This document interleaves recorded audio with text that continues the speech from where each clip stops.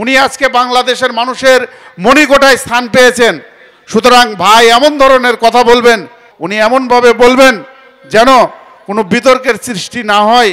আমি তার কাছে এই আহ্বান রেখে, আমার কথায় কেউ যদি কষ্ট পেয়ে থাকেন, দুঃখ পেয়ে থাকেন, আমি দুঃখিত এবং ক্ষমা প্রার্থী। আমি আমার বক্তব্য শেষ করছি। আসসালামু আলাইকুম। আল্লাহ তাআলা বলেন সূরা মুনাফিকের ভেতরে আছে যে সম্মান, ইজ্জত, মর্যাদা এটা আমি আল্লাহ আমার জন্যে, আমার রসুলের জন্যে, আর যারা দুনিয়ায় ঈমান আনে তাদের জন্যে আমি এটা নির্ধারিত করে রেখেছি। এজন্য সম্মান জোর করে পাওয়া যায় না। জোর করে পাওয়ার জন্য যারা চেষ্টা চালিয়েছে তাদেরকে আল্লাহ এত নিচে নামিয়েছে, তাদের নাম এখন গালি হয়ে গেছে। সম্মান মর্যাদা কিসের ভেতরে আপনি এখনো টের পাননি। এই জন্য আহ্বান জানাবো, যদি সম্মান, মর্যাদা, শান্তি, স্বস্তি, নিরাপত্তা, কল্যাণ এগুলো পেতে চান, দুনিয়াতে আল্লাহ হক দিয়েছেন, অধিকার দিয়েছেন।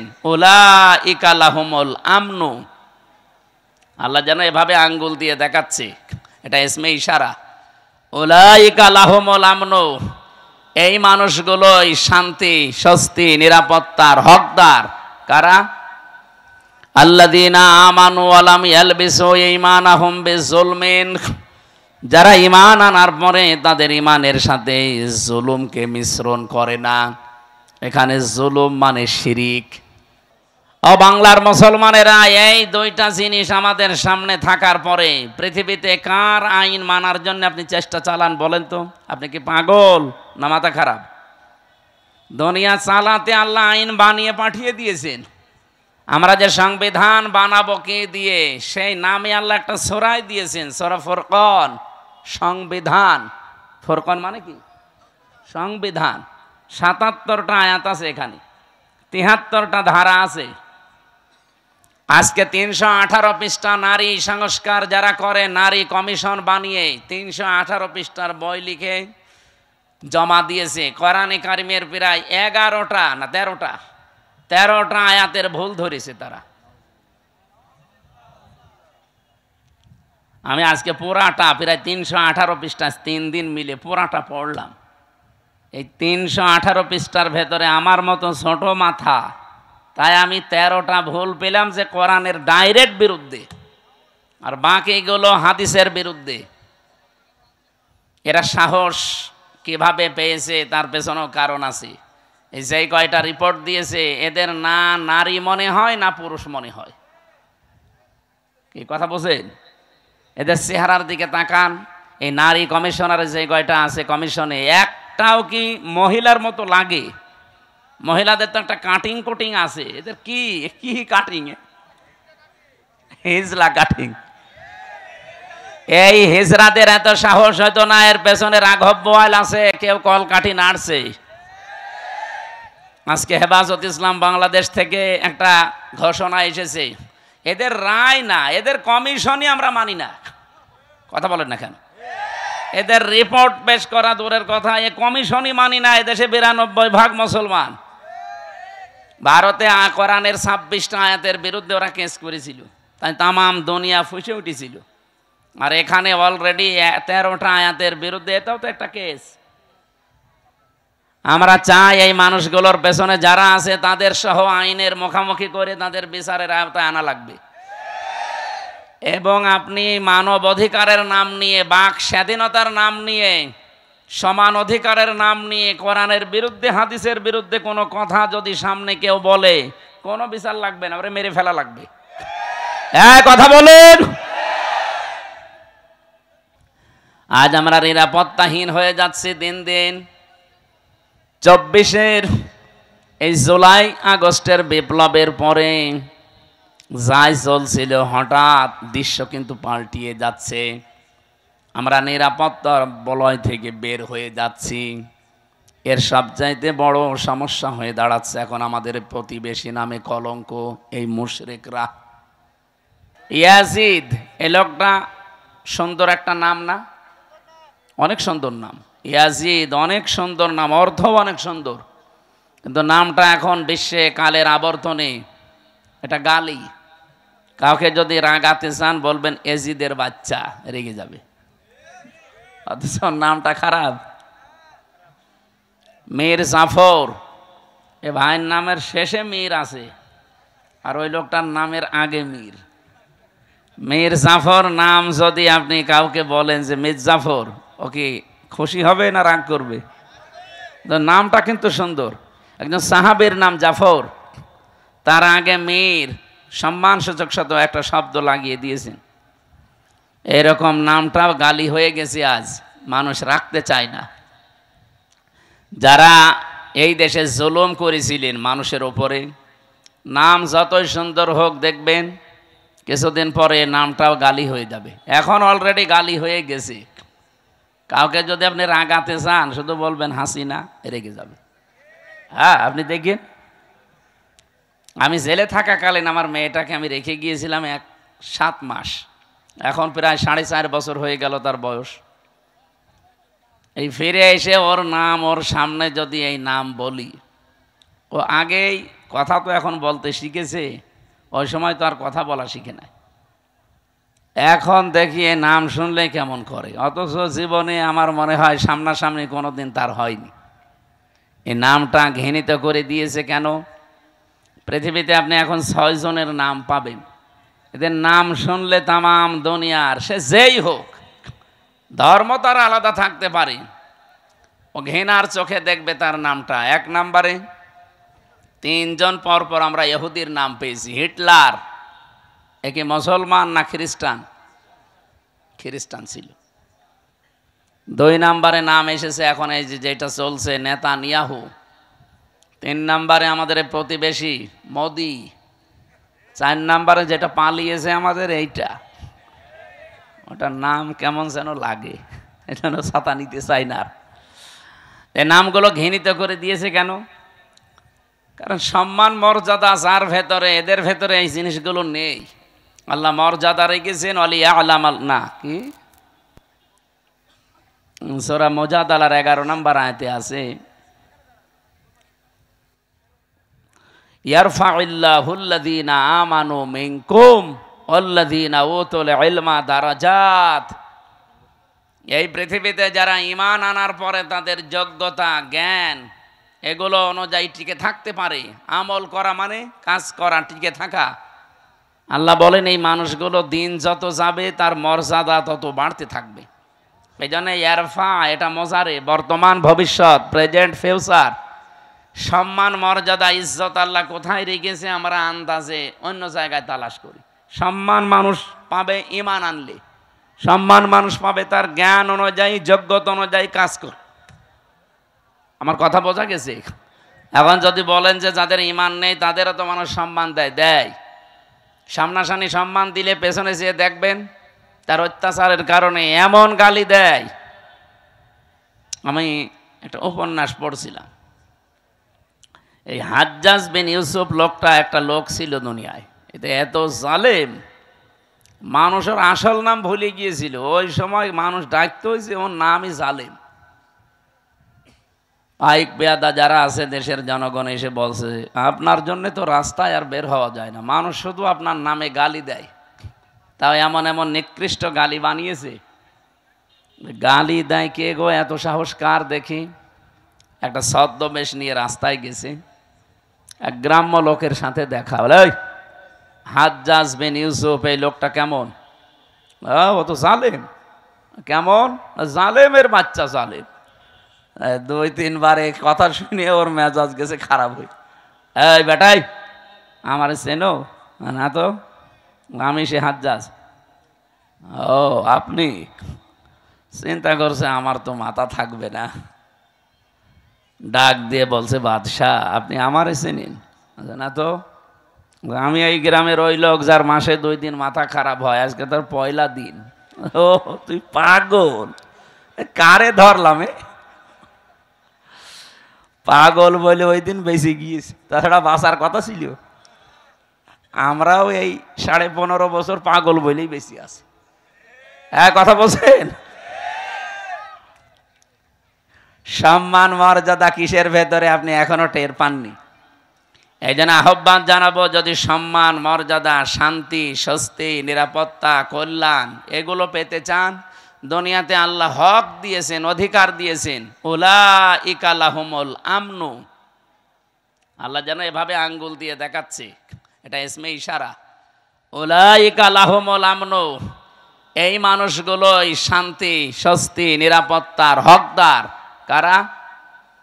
আল্লাযীনা আমানু ওয়া লাম ইয়ালবিসু ঈমানাহুম বিযুলমিন, যারা ঈমান আনার পরে তাদের ঈমানের সাথে জুলুমকে মিশ্রণ করে না। এখানে জুলুম মানে শিরিক। সুতরাং ঈমান যারা আমরা এনেছি, যেহেতু এদেশে 92% মুসলমান ঈমান আমাদের আছে, ঈমান আনলেই শুধু নিরাপত্তা পাওয়া যাবে না, ঈমানের সাথে যেন শিরিক মিশ্রণ না হয়। যেহেতু শব্দের অর্থ আমরা দুইটা বললাম, 1 নম্বরে শিরিক, 2 নম্বরে জুলুম। ঈমান আমরা এমনভাবে আনতে চাই আমাদের ঈমানে যেন শিরিক আর জুলুম একটাও মিশ্রণ না ঘটে। কি কথা বলে না কেন? এতটুকু বলার পর আল্লাহ শেষ করে দেননি। আল্লাহ পাক বলেন উলাইকা লাহুমুল আমনু ওয়া হুম মুহতাদুন, এই মানুষগুলোই নিরাপত্তা, শান্তি, স্বস্তি পাওয়ার হকদার এবং এরা হেদায়েতের উপরে আছে। কথাটা ছোট্ট, কিন্তু এর ব্যাখ্যা এত বেশি আছে কোরআনে।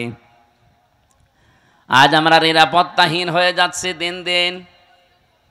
24-এর এই জুলাই আগস্টের বিপ্লবের পরে যাই চলছিল, হঠাৎ দৃশ্য কিন্তু পাল্টিয়ে যাচ্ছে। আমরা নিরাপত্তার বলয় থেকে বের হয়ে যাচ্ছি। এর সবচাইতে বড় সমস্যা হয়ে দাঁড়াচ্ছে এখন আমাদের প্রতিবেশী নামে কলঙ্ক, এই মুশরিকরা। 2 নম্বরে ওই যে 7 সমুদ্র 13 নদীর উপার থেকে আরেকটা দল চেষ্টা চালাচ্ছে। এই জন্য নিরাপত্তা যদি আমরা সত্যিই পেতে চাই, রাশিয়ার কাছে, চীনের কাছে, আমেরিকার কাছে, ভারতের কাছে পাওয়া যাবে না। আমাদের যেহেতু আরেকটা জগতে বিশ্বাস আসে, সেই হিসাবে বলছি, এই পৃথিবীর ময়দান আমরা নিরাপত্তা পেতে চাই কার কাছে? এই জন্য ঈমান যা আছে এইটা যেন নষ্ট না হয়। ঈমান আনার পরে যারা ওই আমল করবে, ঈমানে যা শিখেছে, আমি খুতবার ভেতরে যে কথাগুলো আরম্ভ করেছিলাম, ওয়ানা শাহাদু আল্লাহ ইলাহা ইল্লাল্লাহ ওয়াহদাহু লা শারীকা লাহ, এ পর্যন্ত আমি শেষ করে দেইনি। আমরা এমন আল্লাহর স্বীকৃতি দিয়েছি যার কোনো শরীক নেই, তিনি একা।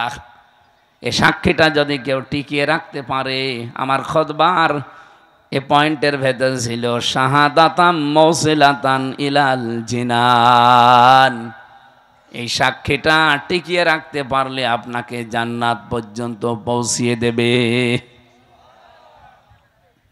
এটা এমন একটা সাক্ষী, যেহেতু তেলাওয়াত করেছি যে আয়াত, এই খুতবার সাথে, আয়াতের সাথে আর হাদিসের সাথে পুরা একটার সারা একটা রিলেটেড আছে। আমি এই সম্পর্কে কথাগুলো আজকে বলবো। আমার কথা ছিল এইটা, আমরা শান্তি, স্বস্তি, নিরাপত্তা, সম্মান, মর্যাদা, ইজ্জত এগুলোর জন্য আজ অনেক কিছু করি। যাদের সম্মান কামনা করেছি আল্লাহ তাদের ঈমান এবং আমল অনুযায়ী যেন দুনিয়া আখিরাতে আরো বাড়িয়ে দেন, বলেন আমিন। দরুদ আর সালাম পড়ছে আমাদের নবী, মানবতার মহান শিক্ষক মুহাম্মাদুর রাসূলুল্লাহ সাল্লাল্লাহু আলাইহি ওয়াসাল্লামের প্রতি। এদিকে তাকান।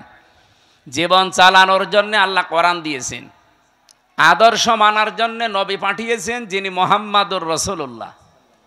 ও বাংলার মুসলমানেরা, এই 2টা জিনিস আমাদের সামনে থাকার পরে পৃথিবীতে কার আইন মানার জন্য আপনি চেষ্টা চালান বলেন তো? আপনি কি পাগল না মাথা খারাপ? দুনিয়া চালাতে আল্লাহ আইন বানিয়ে পাঠিয়ে দিয়েছেন। আমরা যে সংবিধান বানাবো কে দিয়ে, সেই নামে আল্লাহ একটা সূরাই দিয়েছেন, সূরা ফুরকান। সংবিধান, ফুরকান মানে কি? সংবিধান। 77টা আয়াত আছে এখানে, 73টা ধারা আছে। আজকে 318 পৃষ্ঠা নারী সংস্কার যারা করে, নারী কমিশন বানিয়ে 318 পৃষ্ঠার বই লিখে জমা দিয়েছে। কোরআনে কারিমের প্রায় 11টা না 13টা আয়াতের ভুল ধরেছে তারা। আমি আজকে পুরাটা প্রায় 318 পৃষ্ঠা 3 দিন মিলে পুরাটা পড়লাম।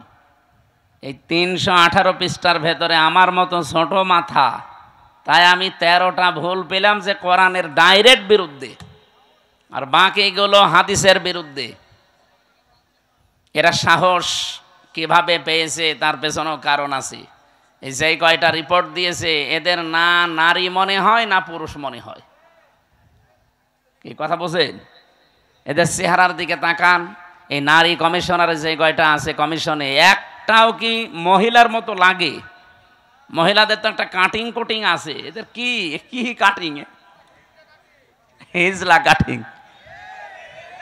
এই হিজরাদের এত সাহস হয়তো না, এর পেছনে রাঘব বোয়াল আছে, কেউ কলকাঠি নাড়ছে। আজকে হেফাজত ইসলাম বাংলাদেশ থেকে একটা ঘোষণা এসেছে, এদের রায় না, এদের কমিশনই আমরা মানি না। কথা বলেন না কেন?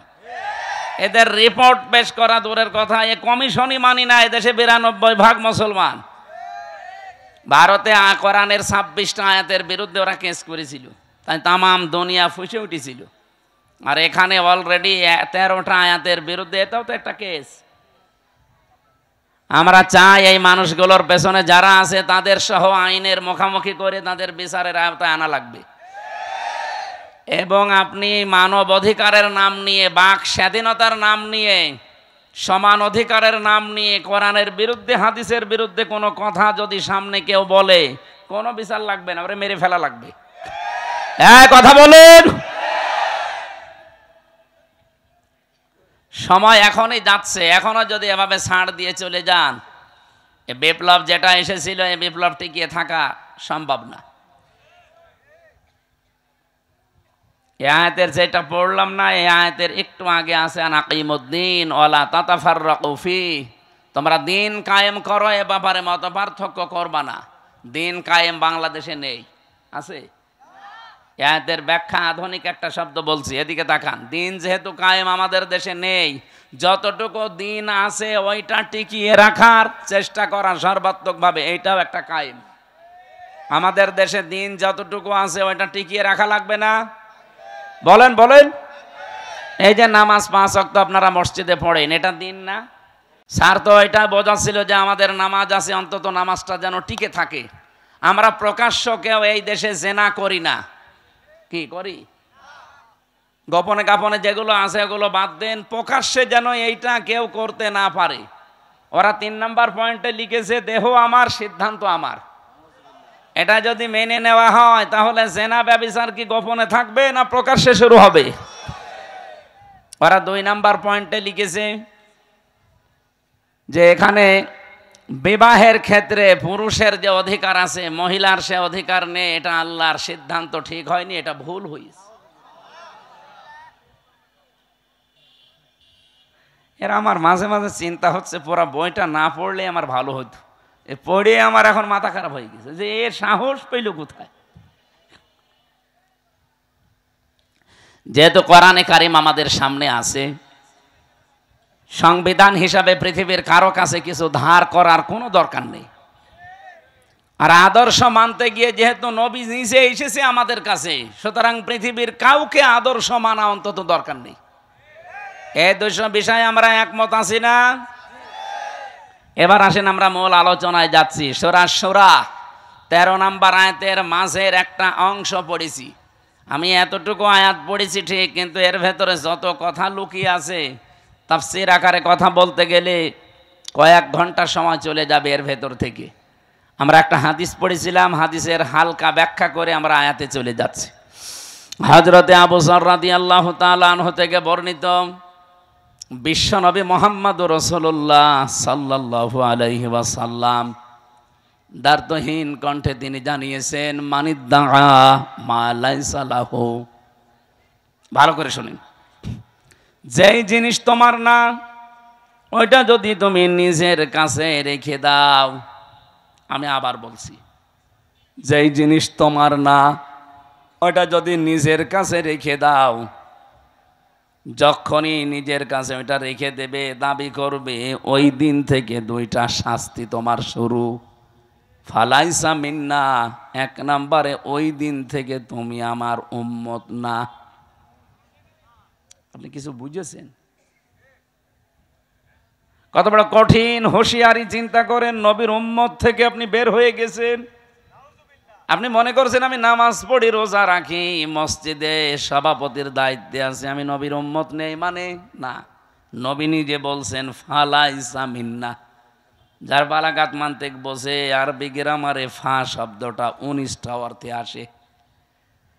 আগের শব্দ যদি কারো ভেতরে থাকে, আগে যেটা নবীজি বললেন ওটা যদি কেউ দুনিয়ায় মেনে চলে, পরের যে হুকুম তার উপরে 100 ভাগ কার্যকর হবে। যেহেতু ফা না দিলে আমি হাদিসও পড়তাম না, এ ফাটা দিয়ে আমিও ঝামেলায় আছি। যে জিনিস যার না, ওইটা যদি কেউ দাবি করে নিজের আয়ত্তে নিয়ে নেয়, প্রথম শাস্তি শুরু হয়ে যাবে ওই দিন থেকেই। সে আর নবীর উম্মত থাকবে না। বাংলার মুসলমানেরা যদি নবীর উম্মত আপনি থাকতে না পারেন, হয় আপনি ইহুদি, নাই খ্রিস্টান, নাই মুশরিক। এক কথা বলছেন না কেন? 4,500 লোক বাস করে, 4,500 ধর্মের লোক বাস করে দুনিয়ায়। এখন 810 কোটি মানুষ এখন পৃথিবীতে বসবাস করছে, মাত্র 175 কোটি আমরা। অন্তত অন্যান্য ধর্মে যারা আছে তারা তো আর নবীর উম্মত দাবি করে না। কয়েকদিন আগে সিঙ্গাপুরে ছিলাম, থাইল্যান্ডে গিয়েছিলাম, মালয়েশিয়া। অন্যান্য ধর্মের লোকদের সাথে আমি যখন রাস্তায় চলাফেরা করেছি গাড়িতে, ইহুদিরা জিজ্ঞাসা করি যে আপনার নাম কি? নাম শুনেই আমি বুঝেছি যেটা ইহুদি। যখনই বলছে আপনার নবীর নাম কি, হোয়াট ইজ ইয়োর প্রফেট, নাম জিজ্ঞাসা করলে বলে যিশু। যিশু মানে ঈসা আলাইহিস সালাম। আমরা যাকে হযরতে ঈসা নবী বলি, ওরা যিশু বলে ডাকে খ্রিস্টানরা। ইহুদিদের কাছে যদি বলা হয় আপনার নবীর নাম কি, বলে যোসেফ। যোসেফ মানে মুসা আলাইহিস সালাম। হযরতে মুসাকে ওরা যোসেফ বলে ডাকে। ইব্রাহিম নবীর নাম তারা পাল্টিয়ে আব্রাহাম বলে। কি বলছেন? কথা বুঝেন? এখন বলেন তো, যারা যোসেফ বলে ডাকছে, আমি ইহুদির সাথে মিশে প্রথমে ধরতেই পারি না যে ওটা ইহুদি। এত বড় বড় দাড়ি, জুব্বা একেবারে পা পর্যন্ত, পাগড়ি মাথায় দেওয়া একেবারে গোল করে, এইদিকে সামনে পেছনের কান্দে 4-5টা সাওয়াল পাওয়াল চলতেছে। ওর স্ত্রী পাশে হাত মোছা পা মোছা পরা, এমনকি মাথার উপরে দিয়ে নেকাব দেওয়া, একেবারে খাস পর্দা। দেখে বোঝার উপায় নেই যে ইহুদি। আমার মনে হচ্ছে বড় কোনো আলেম হবে। নাম শুনেই যখন বুঝেছি যে না, এ তো ইহুদির নাম। শুধু নাম শুনেই বোঝা না, নাম জিজ্ঞাসা করার পর আমি নবীর নাম জিজ্ঞাসা করি। নবীর নাম বললেই কেউ বলে যোসেফ, মানে ওটা ইহুদি। যিশু তার মানে খ্রিস্টান।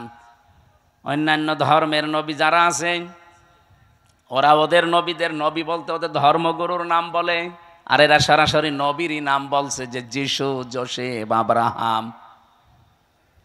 ডেভিড বলে ডাকে দাউদ নবীকে তারা, ডেভিড। এবার আপনি যে প্রশ্নের জবাব দিতে পারবেন এখান থেকে, এই ইহুদি, এই খ্রিস্টান, এই মুশরিক, এই বৌদ্ধ যারা আছে, ওরা কোনো দিন বলবে যে আমার নবীর নাম মুহাম্মাদুর রাসূলুল্লাহ? বলেন বলেন। তাহলে নবীজির হাদিস ছিল কি, যারা নিজের না এরকম জিনিস নিজের আয়ত্তে নিয়ে নেন, ওই দিন থেকে আপনি আর নবীর উম্মত নেই। কথাটা এখন আপনি ক্লিয়ার না, এই জন্য আপনার কিছুই মনে হচ্ছে না। আমি পড়ি আমার ভয় লাগে। 2 নাম্বারটা তো আরো কঠিন, বলে তাবাওয়া মাকআদাহু মিনান নার, সে যেন জাহান্নামে নিজের একটা স্থান তৈরি করে নিল। বাংলাদেশ সহ বিশ্বের দিকে তাকান, আজ কত মানুষ যেটা তার না জোর করে নিজের আয়ত্তে নিয়ে নিচ্ছে। এই যে ইসরায়েল, বলেন তো 1940 সালে তাদেরকে থাকতে দিয়েছিল খালি গায়ে খালি পায়ে। শয়তানরা সারা দুনিয়ার কেউ তাদের ন্যায় নিয়ে ইহুদিদের। আমরা যেমন আজ রোহিঙ্গাদের থাকতে দিয়েছি দয়া করে মানবতার খাতিরে, এরা 1940 সালে এদের খালি গায়ে খালি পায়ে থাকতে দিয়েছিল। অথচ শয়তানরা এখন তাদেরকে বাড়ি ঘর থেকে উৎখাত করে দখল করে নিচ্ছে। এ কথা বলছে না কেন? এখান থেকে একটা কথা আছে কোরআনে সূরা ইউনূসের ৯৯-১০০ নম্বর আয়াতে, ওয়ায়াজআলুর রিজসা আলাল্লাযীনা লা ইয়াকিলুন। কোন মানুষ যদি তার বিবেক জ্ঞান অনুযায়ী সিদ্ধান্ত নিতে না পারে, বিবেক অনুযায়ী যদি এই লোকটা কাজ না করে, তাহলে ভুল সিদ্ধান্ত তার উপরে আল্লাহ চাপিয়ে দেয়। এই নেতানিয়াহু নামে এই শয়তান, এই কোলাঙ্গার, এই জঘন্যতম পৃথিবীর মানুষ নামে একটা কলঙ্ক এই লোকটা তার নিজের ইচ্ছা মিটাতে গিয়ে আজ যে ভুল সিদ্ধান্ত নিয়েছে, এটার কারণে আজ পুরা ইসরায়েল দাবানল চলছে। ওরা ১০৮টা মেশিন ফিট করেছে, উন্নত পানি দিচ্ছে, কত স্প্রে দিচ্ছে না, জাহাজ পর্যন্ত পুড়ে ছাই হয়ে যাচ্ছে। কারণ এই আগুন তো আর হামজা লাগায়নি, কে লাগিয়েছে? কারণ আল্লাহর সিদ্ধান্তের বাইরে অবস্থান নিয়েছেন। বারবার পৃথিবীর মানুষ সতর্ক করেছিল যে এদেরকে থামান, নিজেদের যা আছে অতটুকু নিয়ে থাকেন না, ওরা সব দখল করে নিজের আয়ত্তে নিয়ে নেবে। ঠিক এই সিস্টেম এখন চালু করেছে ওরা এক ভাই, এ নরেন্দ্র মোদী। আমাদের বাপ দাদাদের দেওয়া হাজার হাজার বিঘা জমি জায়গা, যেগুলো মসজিদ, মাদ্রাসা, খানকা, ঈদগাহ, গোরস্থানের জন্য ওয়াকফ করা ছিল, ওই শয়তানরা এখন এসে ওইগুলো সব একটা অবৈধ আইন পাশ করে সব দখল করে ভেঙ্গে গুড়িয়ে দিচ্ছে। গোবিন্দ পরামানিক গত পরশু দিন দেখবেন একটা লাইভ করেছে, হিন্দু মহাজোটের মহাসচিব এই লোকটা গোবিন্দ চন্দ্র পরামানিক, উনি লাইভে বলছিল যে এই মোদী নামে এই মাতালটাকে হিন্দু সম্প্রদায় যারা পৃথিবীতে আছেন তারা একে থামান। এই মাতাল যা করছে পৃথিবী বসবাসের অযোগ্য হয়ে যাচ্ছে। অলরেডি ভারতে দাঙ্গা লাগিয়ে দিয়েছে। কি কথা বলছেন এখন?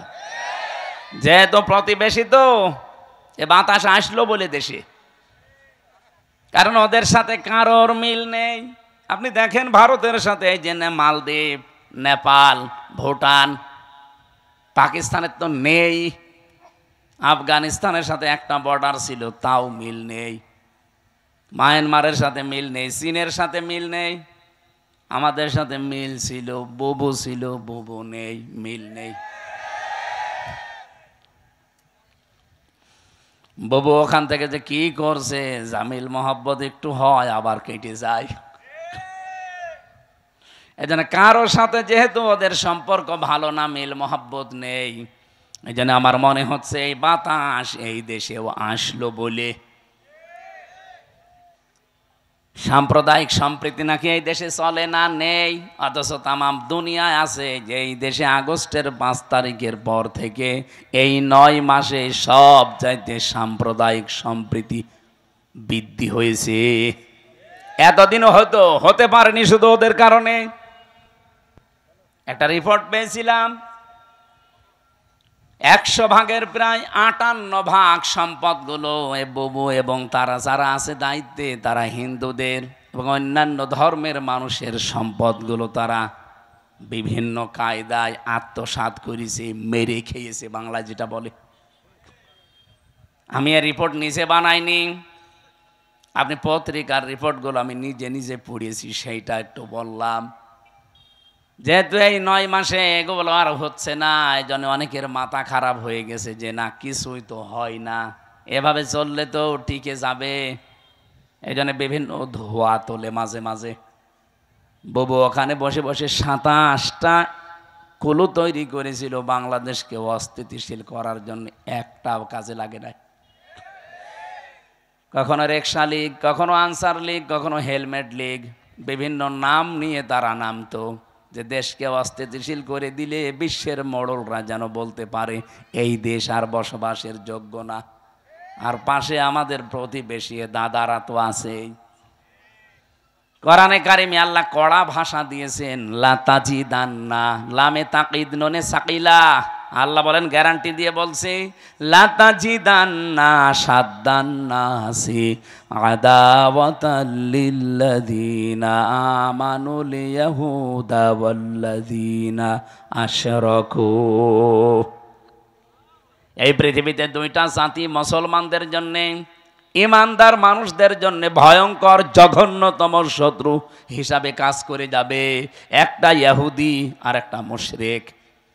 আপনি তামাম দুনিয়ার দিকে তাকান, মুসলমানদের কিন্তু এই দুইটাই শত্রু এখন জঘন্য। একটা ইহুদি আর একটা কি, এই যে আমাদের পাশে দাদা বাবুরা যারা মুশরিক, এরা অন্যের সম্পদগুলো দখল করে নিচ্ছে। এমনকি আগস্টের 5 তারিখের পরেও বাংলাদেশে বহু মানুষের চরিত্রে আমরা এটা দেখতে পেয়েছি, বিভিন্ন মানুষের জিনিস তারা নিজের মনে করে নিয়ে নিয়েছে। রাজশাহীতে হয়তো এখনো শুরু হয়নি। যারা যারা মানুষের সম্পদ নিয়েছেন, যেভাবেই নেন ওটা ফেরত দেবেন, নয়তো আপনি মরে গেলে জানাজা দেওয়া, কবরে দেওয়া মিথ্যা কথা হবে। কারণ আমি কি বলে দেব আপনাকে, বিসমিল্লাহি ওয়া আলা মিল্লাতি রাসূলিল্লাহ, আল্লাহর নামে রসুলের আদর্শের উপরে রেখে গেলাম, আপনি তো রসুলের আদর্শে আর নেই।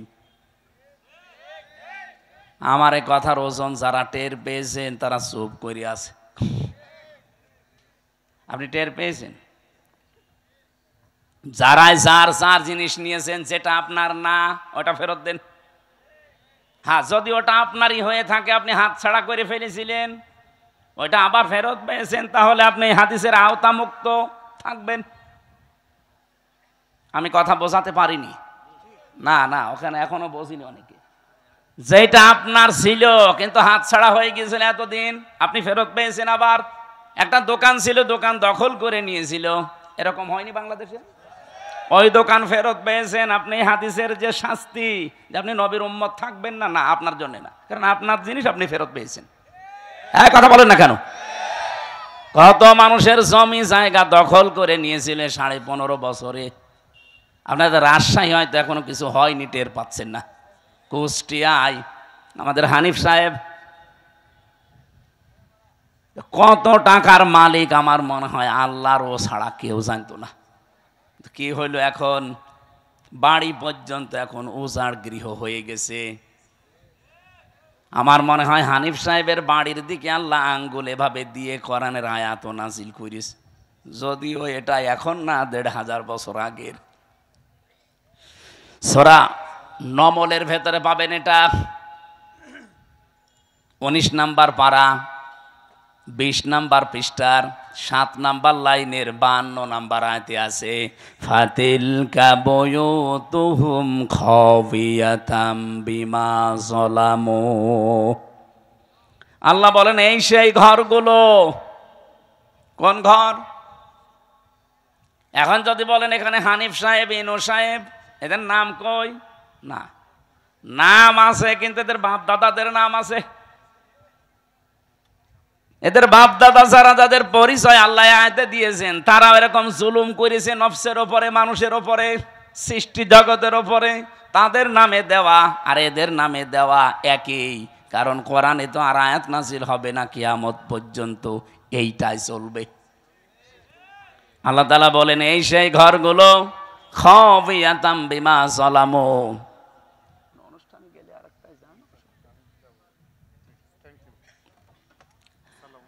আমার ভাইরা, আল্লাহ যেন নিজে আঙ্গুল দিয়ে এভাবে ইশারা দিয়ে জানাতে চাচ্ছিলেন, হে পৃথিবীর মানুষেরা, একটু এই দিকে তাকান। আমি আয়াতটা আগস্টের 5 তারিখের পর থেকে মিলিয়েছিলাম যে হ্যাঁ, মিলে যাচ্ছে। আল্লাহ আমার মনে হয় বাংলাদেশের এই 64 জেলার 630টা থানার দিকে এভাবে দেখিয়েছেন, এই সেই ঘরগুলো। আল্লাহ যেহেতু বাইতুন দেয়নি, বয়ুত বহু বছর, এই সেই ঘরগুলো। কি এই ঘর? কি খাওয়িয়াতান, জনশূন্য হয়ে আছে। একটু দেখো, এটা পরিত্যক্ত করে দিয়েছি। শুধু পরিত্যক্ত না, জনশূন্য না, এটা আজ ওজাড় গৃহ হয়ে গেছে, এখানে আর কেউ কোনো আওয়াজ শুনতে পাও? কবরের পাশ দিয়ে গেলে যেমন কোনো আওয়াজ নেই, এই জালেমদের বাড়ির পাশ দিয়ে গেলেও কোনো আওয়াজ পাওয়া যায় না। আল্লাহ বলেন বিমা জালামু, এদের জুলুমের কারণে এদের এই জায়গা পর্যন্ত এখন অভিশপ্ত হয়ে গেছে। আমি তো কুষ্টিয়ার 2 জনের বললাম, আপনি সারা বাংলাদেশের দিকে তাকিয়ে বলেন তো, হালত অবস্থা কিন্তু একই। কি কথা বলেন না কেন? কয়দিন আগে কিশোরগঞ্জে ছিলাম, যেটা একেবারে কেন্দ্রীয় ওদের জেলার মাঝখানে, যেটা ওই জায়গায় শুনলাম নাকি টর্চার সেলও ছিল আগস্টের 5 তারিখের আগে। ভালো মানুষ, নিরীহ মানুষ, তাদের মতের বিরুদ্ধে যারা আছে তাদের নিয়ে ওই জায়গায় টর্চার করতো। অথচ আল্লাহ পাক এখন ওই জায়গাটা পর্যন্ত অভিশপ্ত বানিয়ে দিয়েছেন। আমি ড্রাইভারকে বললাম একটু গাড়ি থামাও দেখি, তাকিয়ে দেখি 3-4 জন করে যাচ্ছে, কেউ এদিকে কেউ এদিকে কেউ এদিকে, চারিদিকে মুখ করে প্রসাব করতে বসিস, মনে হচ্ছে জামাতবদ্ধ টয়লেট চলছে।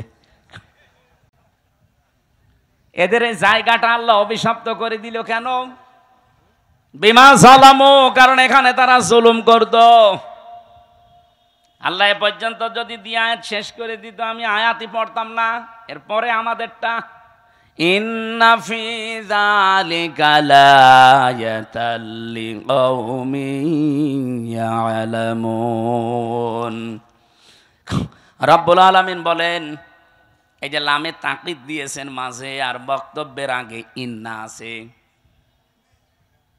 যারা গিরামার বসে, আপনি আয়াতটার দিকে একটু খেয়াল করেন, আল্লাহ গ্যারান্টি দিচ্ছেন অবশ্যই অবশ্যই জ্ঞানী যারা, তাদের জন্য এখানে একটা শিক্ষা আমি আল্লাহ রেখে দিলাম। কি শিক্ষা আছে? জালেমদের এত বড় শিকড় আপনি চিন্তা করতে পারেন? এই বাগমারার ইউনিয়নের, শ্রীপুর একটা ইউনিয়ন না, এই ইউনিয়নের দারওয়ান থেকে শুরু করে সংসদ ভবন পর্যন্ত জালেমদের প্রতি থরে থরে স্তরে সাজানো ছিল লোকজন। আমি নিজে তো ভিকটিম, আমি দেখেছি। রিমান্ডে আমি দেখলাম আমার 8 দল একটার পরে একটা গোয়েন্দা বিভাগের আসতো রিমান্ডে প্রশ্ন করার জন্যে। আমার মনে হয় সব ওরা থরে থরে থরে থরে সাজিয়ে রেখেছিল। মামলার আই ওদের, মামলার পিপি ওদের, জজ ওদের, ম্যাজিস্ট্রেট ওদের, মামলায় যে সাক্ষী ওদের, যে আমাকে জিজ্ঞাসাবাদ করবে রিমান্ডে সে ওদের, যারা অফিসার আছে ওখানে পাহারা দেয়, যারা অত্যাচার করবে তারা ওদের, হুকুম যিনি দিয়েছেন সে ওদের। আমার কি, আমার একজন আছে, না না, আমার একজন ছিল উকিল, ওর কথা শুনলেও চলে, না শুনলেও চলে, আর ওর কথা শুনতেও না। ও খালি বলার দরকার বলেছি তো, ঠিক আছে আপনি থামেন যান। মামলাটা আমার 30 বার উঠেছে, সিএমএম কোর্ট, জজ কোর্ট, হাইকোর্ট মিলে, কিন্তু 3 বছরে একটা দিনের জন্য জামিন নামে কোনো শব্দ নেই। অথচ এই মামলাটা আগস্টের 5 তারিখের ফলে শুধু তুলতে দেরি, জামিন না খারিজ করে দিয়েছে। অথচ জজ কিন্তু ওইটাই। আমি ওনার খাস কামরায় গিয়ে জিজ্ঞাসা করলাম যে, মাননীয় জজ সাহেব, এই বিচারটা তো 3 বছর আপনার কাছেই ছিল, এতদিন তো বলেননি যে না এই মামলায় জামিন দেওয়া যাবে না, আর এখন যে খারিজ করে দিলেন। হুজুর আমার হাত বাঁধা ছিল, আমি কিছুই করতে পারি নাই, ওই পুতুলের মতো শুধু চেয়ারে বসে থাকতাম। আমি যে আপনাকে 10 দিনের পরিবর্তে 6 দিন আর 2 দিন 8 দিন রিমান্ড দিয়েছিলাম 2 মামলায়, তাই আমার ওপর প্রেশার যে 10 দিনের রিমান্ড দিলেন না কেন? তাহলে আপনার এখানে বসে থাকার দরকার কি? সব তো ওরাই যদি করে। প্রথম মামলার রিমান্ডে নেওয়ার পরে 10 দিন চেয়েছে, দিয়েছে 6 দিন। এই নিয়ে নাকি ওই ম্যাজিস্ট্রেটকে ওখান থেকে অন্য জায়গায় বদলি করে দিয়েছে, যে কেন আপনি 10 দিন দিলেন না। বাস্তব তো এই জন্য বলছি। রিমান্ডের 2য় দিন আমার চোখ বেঁধে কালো কাপড় দিয়ে, পেছনে হাত হ্যান্ডকাপ দিয়ে, মাথায় দড়ি লাগিয়ে, পায়ের সাথে ডান্ডা বেড়ি লাগিয়ে নিয়ে গেল এক অন্ধকার মাটির নিচে ঘরের ভেতরে। আমি বললাম যে কি 10 দিন রিমান্ড চেয়েছিল, অথচ এই অফিসারগুলো একটাও কোর্টে আমার সাথে যায়নি, শুধু মামলার আয়ু আমার সাথে ছিল।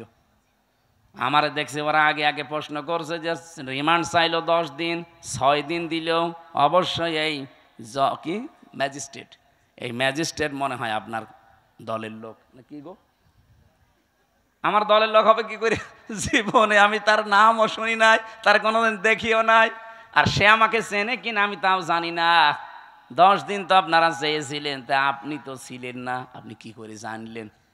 তার মানে ওখান থেকে সব কিছু ম্যাজিস্ট্রেটকে বলে দিয়েছে, যা যা ও তাই তাই করিস।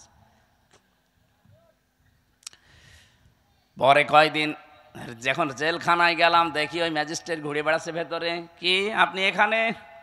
হুজুর মাফ করে দিয়েন, আমার বউ যৌতুক মামলা দিয়েছে। ঠিক করিস, শয়তান, তোর যৌতুক মামলা দিয়ে এখন তুই জেলে আমার সাথে এমনি দেয়নি, কোন কারণে আমার এই মিথ্যা তথ্যগুলো লিখে সই করে নিলি? হুজুর আমার যা যা বলতে বলেছে আমি তাই তাই করেছি, আল্লাহর কসমে কোরআন হাতে নিয়ে বলছি, বাংলাদেশে শুধু হাসিনা ছাড়া যারা ছিল সব হাত বাঁধা। আপনি যাই বলেন না কেন, ও কাওয়া কাকুরও হাত বাঁধা ছিল। কাওয়া যতই কাকা করুক, যদি একটু মুখ ফসকে সত্যি কথা বলে, ওই দিনই কাওয়ার কর্ম শেষ করে দিত। ওই তো হইল, কাদের কাকু বলা যায়? কাওয়া কাকু।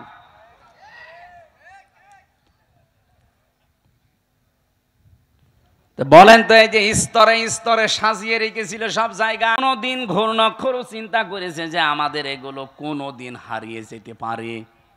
কোরআনে কারিমে আমি আয়াত পড়েছি, সূরা আনআম 7 নাম্বার পারা 12 নাম্বার পৃষ্ঠার 4 নাম্বার লাইনের 45 নাম্বার আয়াতের প্রথম অংশে আছে, ফাকুতিআ দাবিরুল কওমিল্লাযিনা যালামু। রব্বুল আলামিন বলেন, জালেমদের শিকড় কাটা হয়ে গেছে। কেটেছে কে? না না, আল্লাহ না। কতিয়া এটা মজহুল, এর ফাইল জানা নেই। জালেমদের শিকড় যে কাটা হয়ে গেছে, কেটেছে কে? আপনি কি আলেম? এখানে আলেমরা বসে আছে না? মাওলানা, কতিয়া এর ফাইল কে জানা নেই, কেউ জানে না। জালেমদের শিকড় কাটলো কে? আপনি হানিফের বাড়ি এখন যে জিজ্ঞাসা করেন যে একটা পায়খানার ইটও নেই, প্যানও খুলে নিয়ে চলে গেল, গেল কে? কেউ জানে না। শুধু কি হানিফের বাড়ি, সারা বাংলাদেশে জালেমদের অবস্থা একই? যায় হালকা পাতলা 2-1টা ছিল। এই ফেব্রুয়ারির 5 তারিখে আজাবুল বুলডোজার নাজিল হয়ে সব শেষ। এ জেলায় নাজিল হয়নি? আমার প্রশ্ন ছিল কি বলেন তো, জালেমদের এত বড় শিকড় যদি কেটে ফেলা হয়ে যায়, আগামীতে যারা চেয়ারে বসবেন, কারা বসবেন আমরা জানি না, যারাই বসবেন সাবধান, জনগণের ওপরে যেন জুলুম না হয়, তাহলে 5 বছর পরে আপনার বাড়িও শ্মশান হয়ে যাবে। এ পর্যন্ত বুঝেছেন নাকি হাঁ করে আছেন? সুতরাং যার যা জিনিস নিয়েছেন, চুরি করে হোক, ডাকাতি করে হোক, চাঁদাবাজি করে হোক, যা নিয়েছেন যেটা আপনার না ওটা ফেরত দেন। হ্যাঁ, যদি আপনার জিনিস আপনি ফেরত পান অসুবিধা নেই। এই যে ইসলামী ব্যাংক, যাদেরটা তারা ফেরত পেয়েছে। অনেকে বলছে না এটা চিন্তায় হয়েছে। চিন্তা হয়েছে মানে ইসলামী ব্যাংকে আপনার বাবার নাকি? যাদের ব্যাংক তারা ফেরত পেয়েছে, তাদের মাথার ঘাম পায়ে ফেলে টাকা দিয়ে ব্যাংক করা। কথা বলেন না কেন? ব্যাংক যাদের তারা ফেরত পেয়েছে, জিনিস যার সে যদি ফেরত পায় এই হাদিসের আওতা মুক্ত থাকবে সে। কিন্তু আপনার জিনিস না, আপনি বাবা শাহজালাল সব হালাল বলে দখল করে নিচ্ছেন। এটা যারা করেছেন আগামীতে ফেরত দিয়ে দেন কালকেই, নাই তো আপনি নবীর উম্মত আর নেই। আপনি মরে গেলে আমারে দিয়ে জানাজা না, কাবার ইমাম দিয়ে জানাজা পড়িয়ে মাটি দেবেন, কবরে আযাব শুরু হয়ে যাবে। এরপরেও যদি কেউ না বোঝার ভান করে থাকেন, এদিকে আসেন, আসেন, এমন জোরে কানের নিচে 2টা দেব না, সব টের পেয়ে যাবেন। যাব না। ওয়ালিয়াতাবাওয়া মাকআদাহু মিনান নার, সে যেন জাহান্নামে নিজের একটা স্থান তৈরি করে নিল। আমার তো হাদিসটা পড়ে মনে হয় খাপের খাপ এই দেশে অনেকের জীবনে মিলে যাচ্ছে। আমরা যারা বেঁচে আছি অন্তত আল্লাহ যেন আমাদেরকে বাঁচিয়ে রাখেন, বলেন আমিন। আরে ভাই আপনার সবার জন্য কথা বলছি, যারা এগুলো করেছেন ফেরত দিয়ে দেবেন। আমি আবার বলছি, হ্যাঁ আপনারটা যদিও দখল করে নেয় এতদিন, ওটা যদি আপনি ফেরত পেয়ে থাকেন আপনি হাদিসের বাইরে থাকবেন। এবার যদি না বোঝেন, আমার আর বাংলায় বলা সম্ভব না, আমি বাদ দিয়ে দিলাম, জান আপনার আয়ু ছেড়ে দিলাম। আমি সূরা মাত্র একটা আয়াতের 5 ভাগের 1 ভাগ পড়েছি। কাবুরা আলাল মুশরিকিনা মা তাদউহুম ইলাই। এবার তাফসীর আকারে কথা বলতে চাই। সূরা কোন সূরা? সূরা মানে সংসদ। তাহলে সংসদ এই শব্দটার নামে আল্লাহ একটা সূরা দিলেন, অথচ এই 54 বছরে আমরা সংসদে যেতে চাইলেই আমাদের উল্টাপাল্টা কথা বলতো। কি বলতো না? আরে ভাই সংসদ নামে একটা সূরা আছে, সংসদ চলবে যেই জিনিস দিয়ে তার নাম সংবিধান। সে সংবিধান নামে একটা সূরা আছে, নাম কি? ফুরকান। সবগুলো যদি আল্লাহ তৈরি করে দিয়ে থাকে, আমরা যেহেতু কোরআন দিয়ে দেশ চালাতে চাই, জীবন চালাতে চাই, এই কথাগুলো আপনাকে বলতে চাচ্ছি। হ্যাঁ আপনি সেদিকে ডাক দেন, এই যে কোরআনের দিকে আসো। আল্লাহ রাব্বুল আলামিন যে জীবন বিধান পাঠিয়েছেন এইটার উপরে দুনিয়াকে চালানোর চেষ্টা করো, দাঁড় করাও। এই কথাগুলো বললে সবচাইতে বেশি খারাপ লাগবে, মন খারাপ হবে, রাগ করবে কারা? কাবুরা আলাল মুশরিকিন, মুশরিকরা মন খারাপ করবে। মা তাদউহুম ইলাইহি, যেদিকে আপনি মানুষকে ডাকতে চান এদিকে যদি সত্যিই মানুষকে ডাকেন মন দিয়ে, আপনার কথা শুনে কোনো ইমানদার কোনো মুসলমান রাগ করবে না, খুশি হবে। আমার ওই যে খুতবার প্রথমে এই কথাগুলো ছিল, অনাশাহাদু আন্না মুহাম্মাদান আবদুহু ওয়া রাসূলুহুল মাবউসু ফিনা বিল হুদা ওয়া দীনিল হাক্কি লিইযহিরাহু আলাল আদিয়ান। আমরা সাক্ষী দিচ্ছি মুহাম্মদ রাসূলুল্লাহর, যিনি আল্লাহর বান্দা এবং রাসূল, আল্লাহ তাকে পাঠিয়েছিলেন দ্বীনে হক দিয়ে, সত্য বিধান দিয়ে, হেদায়েত সহকারে। লিইযহিরাহু আলাল আদিয়ান, দুনিয়ায় যত দিন ধর্ম আছে সব কিছুর উপরে ইসলামকে বিজয় করার জন্য। এজহার মানে কি?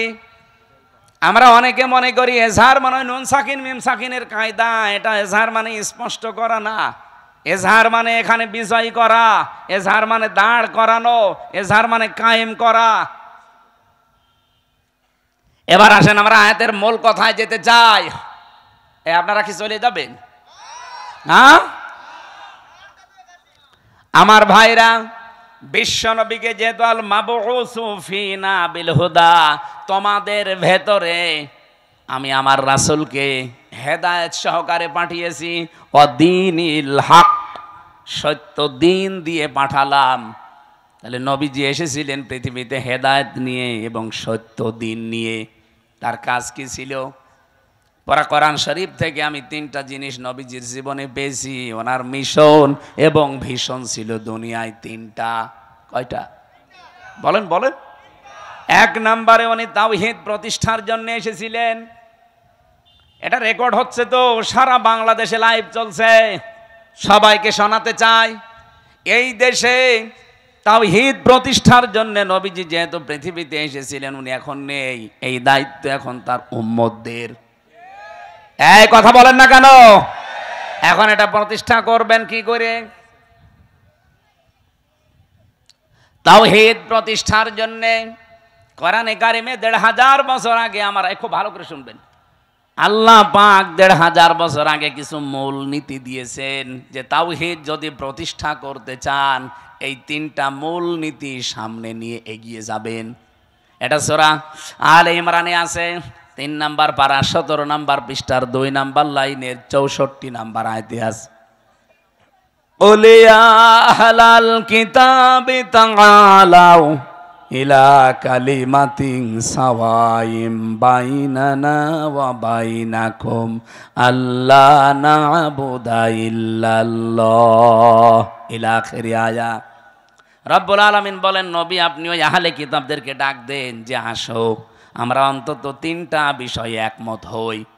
যেহেতু তোমরা হযরতে মুসা নবীর উম্মতের দাবি করো, কেউ ঈসা নবীর, কেউ দাউদ নবীর, কেউ ইব্রাহিম নবীর, বিভিন্ন রকমের নবীদের নাম বলে তোমরা দুনিয়ার জীবন চালাতে চাও, আসো সবাই মিলে আমরা তিনটা বিষয় ঐক্যমত হই। আর আমার মনে হয় এই দেশের জন্য এগুলো বলা লাগবে না, কারণ এই দেশে অন্যান্য কিতাবের অনুসারী একেবারেই কম। আমরা শুধু যারা মুসলিম তাদের কিতাবের নাম কি? কোরআন। বলেন বলেন। তাহলে এই কোরআন মানা লোক, বাংলাদেশে কোরআন বিশ্বাস করা লোক 92%। 100 জনের 92 জন সুবহানাল্লাহ বলতে পারেন নাই? তাহলে এদের কাছে তো আর ওই কথাই বলা লাগে না যে অন্যান্য কিতাবের লোকেরাও আসেন, ওরা মাত্র 8 ভাগ, আমরা 92 ভাগ। এই জন্য আমরা আহ্বান জানাবো, আজ আসেন। যেহেতু তাওহীদ প্রতিষ্ঠা নবীজির জীবনের প্রথম মিশন আর ভিশন ছিল, আমরাও তাওহীদ প্রতিষ্ঠা করতে চাই, কিন্তু তিনটা জিনিস সামনে নিয়ে এগিয়ে যাওয়া লাগবে। 1 নম্বরে এই তিনটা জিনিসকে কায়েম করার জন্য লাগবে ঐক্য। আসেন তো আমরা ঐক্যবদ্ধ হই এই তিনটা বিষয় সামনে নিয়ে। আল্লাহ না'বুদা ইল্লাল্লাহ, আল্লাহ ছাড়া কারো ইবাদত, বলেন বলেন, ইবাদত কি? আপনি মন মতো একটা জিনিস বানিয়ে বলবেন যেটা তো ভালোই লাগছে, না ওটা ইবাদত না। আল্লাহর হুকুম থাকা লাগবে আর রাসূলুল্লাহর তরিকা থাকা লাগবে, এর নাম ইবাদত। এই কথা বোঝা যায়নি? এই যে আমার তাহেরি ভাই যে জিকির করে, ইবাদত মনে করেই করে। ইয়া আলী বাবা, শাহ আলী বাবা, কেল্লা বাবা, ফতে বাবা, দয়াল বাবা, কোন জায়গায় আছে? তাহলে আমরা যে আজ ঐক্যবদ্ধ হতে চাই, শুধু মুসলমানরাই আমরা ঐক্যবদ্ধ হতে চাই এই কথার উপরে যে আল্লাহ ছাড়া আমরা কারো ইবাদত, কারো জিকির আলোচনা আর করব না। এ বিষয়ে যদি কেউ রাজি থাকেন তাহলে আসতে পারেন যে আমরা আল্লাহ ছাড়া কারো ইবাদত করব না। রাজি আছেন না? হ্যাঁ, এটা রেকর্ড হচ্ছে। যারা রাজি আছেন তারা ঠিক আছেন। 2 নম্বরে ওয়ালা নুশরিকা বিহি শাইয়া, আল্লাহর সাথে আমরা কাউকে শিরিক করব না। এখন শিরিক কি? এক কথায় বলছি, শিরিকের যত প্রকার আছে পুরাটা যদি আপনি ব্যাখ্যা করতে যান, শিরিক বিল জাত, শিরিক বিল সিফাত, শিরিক বিল ইখতিয়ারা, শিরিক বিল হুকুক, 120 প্রকার তাফসিরে আছে। এক কথায় জবাব দিচ্ছি, শোনেন, আল্লাহ যেটা পারে ওইটা অন্য কেউ পারে, এই বিশ্বাস করার নাম শিরিক। সকল ক্ষমতার উৎসকে বলেন বলেন, এখানে অন্য কারো অধিকার। কেউ যদি অন্য কাউকে যোগ করে বলে না জনগণ সকল ক্ষমতার উৎস, ও কিন্তু শিরিক করলো। আর এই শিরিক বাংলাদেশে নেই। কথা বলেন না কেন? কারা কারা এই শিরিকে আছেন হাত তোলেন তো। সবই ভালো মানুষ দেখছি, আলহামদুলিল্লাহ, যাক ভালো। 2 নাম্বারটা বলি, এদিকে তাকান। সন্তান দিতে পারে কে? অন্য কেউ? হ্যাঁ না, মানে বাঘ মারাইছিলাম কালকে রাতে, কোন জায়গায় জানো, ওই যে বেলঘরিয়া হাট ফাজিল মাদ্রাসায়, এই যে এখানে না বাঘমারা, হয়তো বাঘমারা, যে বাড়িতে আমাকে নিয়ে এসে বসিয়েছে, ওই বাড়ি আলার 2টা ছেলে, আর একটা পেটে এসেছে শুনলাম 6 মাস। উনি পরীক্ষা করে দেখেছে ওইটাও ছেলে, কিন্তু উনি মেয়ে চাই। আমার একটা পানির বোতল নিয়ে বলছে, হুজুর এমন পানি পড়বেন যেন এটা মেয়ে হয়ে যায়। আমি কি ডাউনলোড করে দেব? কি বিশ্বাস! সেদিন বগুড়া গাবতলী থানায় যে বাড়িতে বসেছিলাম, ওই লোকটা এসে আমার কাছে একটা আপেল নিয়ে বলছে, হুজুর পড়িয়ে দেন। কেন? বাচ্চা। ঠিক আছে, সরা ফাতিহা পড়ে ফু দিলাম, কারণ ফাতিহা সব রোগের মহা ঔষধ। আমার কানের কাছে মুখ নিয়ে বলছে, হুজুর এমন আপেল পড়বেন যেন ছেলে হয়। আপেল ফেলে দিলাম। আপেল কই? ফেলে দিছি। কেন? আরে ভাই, ছেলে হওয়া যদি আপেল পড়ে কাজ হয় তা আমার ম্যাডামের 3টে মই হইতো না? কত চেষ্টা করলাম একটা ছেলে হওয়ার, তারপরও মেয়ে। আর আপনি এসেছেন আমার কাছে আপেল পড়তে। আমি আপেল দরকারে নিজে পড়ি, নিয়ে ম্যাডামের ফের খাওয়াবো। চিন্তা করেন কি বিশ্বাসী আছে এরা? আপেল পড়া, পানি পড়া, দুর্গা পূজা, পীর পূজা, কত মানুষের কাছে বিশ্বাসটা নিয়ে গেছে, অথচ ছেলে মেয়ে দেওয়ার একচ্ছত্র মালিকানা। অনেকে বলছে কার? আরো জোরে। তাহলে এক কথায় জবাব কি পেলেন? আল্লাহ যেটা পারে পৃথিবীর অন্য কেউ। সুতরাং মা বোনেরা, ভাইরা, বিয়ের পরে 50 বছর ছেলে মেয়ে না হোক, আমাদের জাতির পিতার 86 বছর বয়সে ছেলে হয়েছে, তারপরেও তো তিনি কোনো কবরে, মাজারে, পীরের কাছে যাননি। এই যে মাওলানা রেজাউল ইসলাম উজ্জ্বল, আপনাদের বাগমারার ছেলে, ওরা 17 বছর বিয়ে হয়েছে, ছেলে মেয়ে নেই। আজকে ওনার বাড়িতে রাতে ছিলাম, আমারে বলছিল, আফসোস করি, কিন্তু আজ পর্যন্ত কোনো দিন উনি কোনো পীরের কাছে, মাজারে, তাবিজ এগুলো নেয়নি। কিন্তু কারো 2 বছর 5 বছর যদি ছেলে মেয়ের মুখ না দেখে ও পাগল হয়ে যায়, কত জায়গায় যে দৌড়িয়ে চলে যায়। আমার এই বিশ্বাসটা যেন আজকে সঠিক হয়ে যায় যে আল্লাহ যেটা পারে ওইটা অন্য কেউ। এবার 3 নাম্বারটা বললে এবার রাগ করবেন না তো? আমি তো আর বানিয়ে বলছি না, রাগ করলে আল্লাহর উপরে করবেন। কার উপরে? আল্লাহ করেন। এবার আসেন, বলছে এই পৃথিবী বানিয়েছে কে? কোন ভগবানের হালকা সাহায্য আছে? বলেন। আল্লাহ রাব্বুল আলামিন বলেন, এবার শিরিকটা ধরা পড়বে।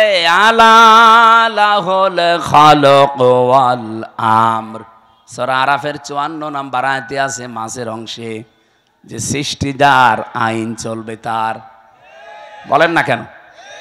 সূরা আলে ইমরানের 154 নম্বর আয়াতের মাঝের অংশটা একটু দেখবেন। ইয়াকুলুনা হাল্লানা মিনাল আমরি মিন শাইইন কুল ইন্নাল আমরা কুল্লাহু লিল্লাহ। হে নবী, ওরা জিজ্ঞাসা করে যে আইন কানুন আমরা কি বানাতে পারি? আপনি বলেন না, আইন বানানোর ক্ষমতা কার? সুতরাং বাংলাদেশে 92 যারা মুসলমান দাবি করছেন, আল্লাহর পাঠানো আইন এই জমিনে কায়েম বাদ দিয়ে পৃথিবীর কোনো মানুষের তৈরি করা আইন যদি কায়েমের জন্য আপনি চেষ্টা করেন, দল করেন, আন্দোলন করেন, আল্লাহর কসম আপনি শিরিক করছেন।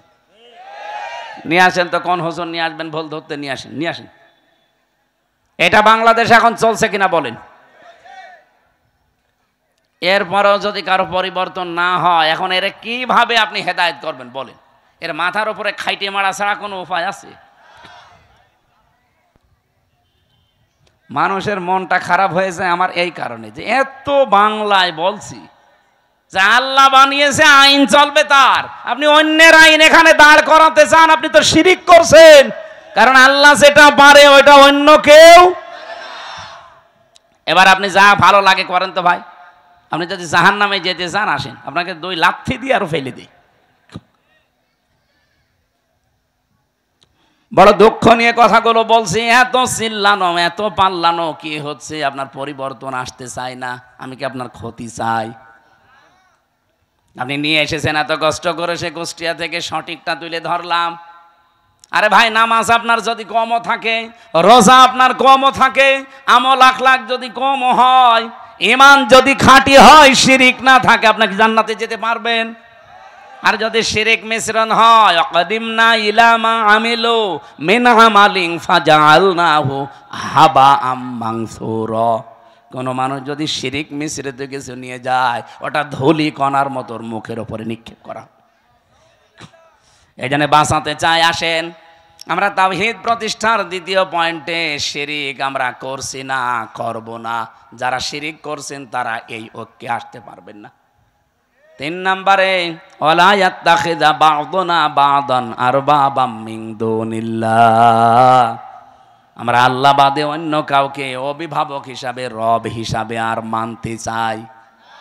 এই 3টা বিষয় যারা ঐক্যমত হবেন, তারা এক জায়গায় হলে তাওহীদ প্রতিষ্ঠা সম্ভব।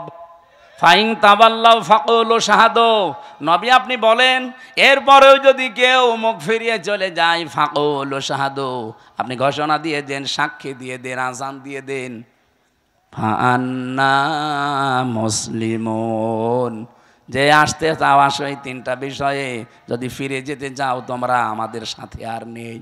আমার মনে হয় বাংলাদেশে যদি এই পয়েন্টটা সামনে নিয়ে তাওহীদ প্রতিষ্ঠার জন্য আজ এই 92 লাগবে না, মাত্র 51% মুসলমান যদি আজ এক হয়ে যেতে পারি, সামনের বাংলাদেশ হবে আল্লাহর কোরআনের বাংলাদেশ। এটা একটু দেখা দরকার। 54 বছর তো বিভিন্ন জিনিস দেখেছি, এইটা দেখতে বাকি আছে কি? বাকি নেই। এই কোরআনে 500 আইন আল্লাহ দিয়েছেন। এটার কথা বললে কাদের রাগ হবে যেন? কাবুরা আলাল মুশরিকিনা মা তাদউহুম ইলাই, আমি যেটিকে ডাকছি এই কথা বললে আল্লাহ বলেন সবচাইতে বেশি রাগ করবে, মন খারাপ করবে। বলেন বলেন।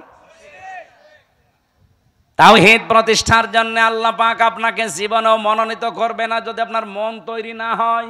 এজন্য আয়াতের পরবর্তী আয়াত এইটা, আল্লাহু ইয়াজতাবি ইলাইহি মাইয়াশা ওয়া ইয়াহদি ইলাইহি মাইয়ুনিব।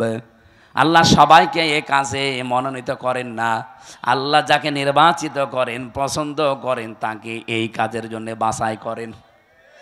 আর যাকে আল্লাহর ভালো লাগে না আল্লাহ তাকে ছাঁটাই করে দেন। তাহলে ছাঁটাই করা, বাছাই করা এটা আল্লাহর একটা পদ্ধতি। আল্লাহ আন্দাজে কাউকে ছাঁটাইও করেন না, আন্দাজে কাউকে বাছাইও করেন না। আল্লাহ ছাঁটাই করতে হলে আল্লাহ সেই যোগ্যতা দেখে তার ভেতরে, আল্লাহ বাছাই করতে হলেও তার যোগ্যতা দেখে। সুতরাং আপনি যদি ফিরে আসার মন তৈরি না করেন, জীবনেও একামতে দিনের কর্মী হিসাবে আল্লাহ আপনাকে বাছাই করবে না। আল্লাহু ইয়াজতাবি ইলাইহি মাইয়াশা, আল্লাহ পাক বলেন আমি নির্বাচিত করি, আমি বাছাই করি, আমি তাকে নির্ধারণ করি, তাকে পছন্দ করি, তাকে এই মানুষটাকে আমি আল্লাহ আমার নিজের দিনের জন্যে, দিন কায়েমের জন্যে পছন্দ করে রাখি। যখন দেখি ওয়াহদি ইলাইহি মাইয়ুনিব, ওই লোকটা আমার দিকে ফিরতে চায়। আপনার মনই যদি না থাকে, আল্লাহর কথায় আপনার মন তৈরি হয় না, হামসার কথাই হবে। এজন্য মনটা আগে তৈরি করেন। আজ বাংলাদেশে 92% মুসলমানের সবাই এ দেশে ইসলাম কায়েম হোক চাই না। আমি আগস্টের 5 তারিখের আগে একটা জরিপ পেয়েছিলাম, মাত্র 100 জনের 15 জন বলতো আমরা এই দেশে ইসলাম কায়েম চাই। তার ভেতরে এই মীর সাহেব একজন হয়তো। আপনি জিজ্ঞাসা করে দেখেন, কি আপনি চান না রাষ্ট্রে ইসলাম কায়েম হোক? এরকম মাত্র মানুষ মাত্র সারা বাংলাদেশ মিলে 100 জনের 15 জন। অথচ এই 9 মাসের ব্যবধানে আপনি এই যে এপ্রিল চলছে, আজকে মে মাস না, আজকে 3 তারিখ, এপ্রিলের আমার মনে হয় 29 তারিখের একটা রিপোর্ট পেয়েছিলাম। এটাই যে মাইক্রোসফট দিয়েছে, এটা খ্রিস্টানরা 227টা দেশ নিয়ে তারা এই রিপোর্ট পেশ করেছে। বাংলাদেশ নিয়ে একটা রিপোর্ট এই খ্রিস্টানরা দিয়েছে। এই মাত্র 9 মাসে বাংলাদেশ যে চেঞ্জ হয়েছে, এই দেশে এখন 15 জন না 100 জনের 77 জন মানুষ চাচ্ছে এ দেশে ইসলাম কায়েম হোক। 77 জন চলে গেছে, আর কিছুদিন যেতে দেন। আমার তো মনে হচ্ছে যেভাবে দাওয়াতি কাজ চলছে সারা বাংলাদেশে, কুষ্টিয়াতে কয়েকদিন আগে আমার নিজের পাশের ইউনিয়নে 4000 মানুষ একামতে দিনের কর্মী হওয়ার জন্য একবার শপথবদ্ধ হয়েছে। কোরআনে কারিমে পড়েছিলাম 1500 বছর আগের আয়াত, ইযা জা নাসরুল্লাহি ওয়াল ফাত, যখন আল্লাহর সাহায্য আসবে তখন আপনি বিজয় দেখতে পাবেন। আর বিজয় আসলে আপনি প্রথম নাম্বারে দেখবেন ওয়ারাইতান নাসা ইয়াদখুলুনা ফি দীনিল্লাহি আফওয়াজা, দলে দলে পালে পালে মানুষ ইসলামে প্রবেশ করছে। প্রশ্ন আসতে পারে, ওরা তো মুসলমান, আবার ইসলামে আসলো কি করে? না, যারা আল্লাহর দিন কায়েমের জন্য, আল্লাহর আইন কায়েমের জন্য চেষ্টা করে না, এগুলো মুসলমান হতে পারে না। কারণ এই আদেশ শুধু আল্লাহ হামসাকে দেয়নি, শারা আলাকুম মিনাদ-দ্বীন মা ওয়াসসা বিহি। ওয়াসসা মানে কি? ওয়াসসা মানে নরমাল কোনো বিষয় না। আপনি যারা আরবি অভিধানগুলো ভাঙতে পারে তাদের জিজ্ঞাসা করে দেখেন, ওয়াসসা মানে শক্তিশালী নির্দেশ।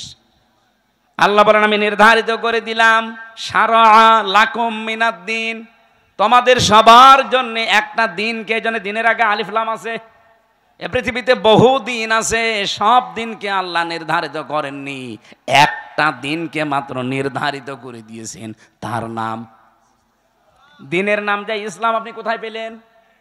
4500 দিন চলছে এখন দুনিয়ায়। আমি দিনের অর্থ মোটামুটি 10টা লিখেছি, কোরআন শরীফ থেকে আমার কাছে 10টা পারফেক্ট মনে হয়। দিন মানে কিয়ামত, এটা সূরা ফাতিহার 3 নম্বর আয়াতে আছে মালিক ইয়াউমিদ্দিন। 2 নম্বরে আনুগত্য, সূরা আলে ইমরানের 83 নম্বর আয়াতে আছে আফা গায়রা দীনিল্লাহি ইয়াবগুন। 3 নম্বরে জীবন ব্যবস্থা, সূরা মায়েদার 3 নম্বর আয়াতের মাঝের অংশে আছে আল ইয়াউমা আকমালতু লাকুম দীনাকুম। 4 নম্বরে রাষ্ট্রীয় আইন, এটা সূরা মুমিনের 26 নম্বর আয়াতে আছে। 5 নম্বরে ইবাদত, সূরা রোমের 30 নম্বর আয়াতে আছে। 6 নম্বরে মুখ ফেরানো, এটা সূরা নেসার 125 নম্বর আয়াতে আছে। 7 নম্বরে বিপ্লব, এটা সূরা নসরের 2 নম্বর, ওই যেটা পড়লাম, দলে দলে পালে পালে মানুষ ইসলাম কায়েমের জন্য দেখবেন ঝাঁপিয়ে পড়বে। আমার পাশের ইউনিয়নে 4000 মানুষ, এতদিন তারা বলতো আমরা মানুষের আইন এই পৃথিবীতে কায়েম করতে চাই, এখন তারা সবাই ফরম পূরণ করে বলছে আমরা আল্লাহর আইন কায়েম করতে চাই। এখন আমাকে বলেছে এই 4000 মানুষকে খাবার দেওয়া লাগবে, অসুবিধা নেই, টাকা তো সারা দেশ থেকে দেবে মানুষ, আমি নিয়ে যে ঢালবো। 60 নম্বরে পেয়েছে চিরন্তন বিধান, এটা সূরা শুরার 13 নম্বর আয়াত, যেটা শারা আলাকুম মিনাদ দিন চলছে। 9 নম্বরে সমস্ত ইজম লিযহিরাহু আলাদ-দীনি কুল্লিহি, এটা সূরা সফের 9 নম্বর আয়াত। 10 নম্বরে পেয়েছি স্থায়ী শান্তি, এটার মাঝে যেটা আছে আনাকিমুদ্দিন ওয়ালা তাতাফাররাকু ফি। আমার এই ছোট্ট মাথায় যদি এতগুলো দিন সম্পর্কে কোরআনে থাকে, মীর সাহেবের মতো বড় বড় মাথা যাদের তো আরো আছে। তাহলে আল্লাহর বিজয়, সাহায্য আসলে বিজয় আসবে, এ গ্যারান্টি কার? আর বিজয় আসলে তার নমুনা চিহ্ন সিমটম কি?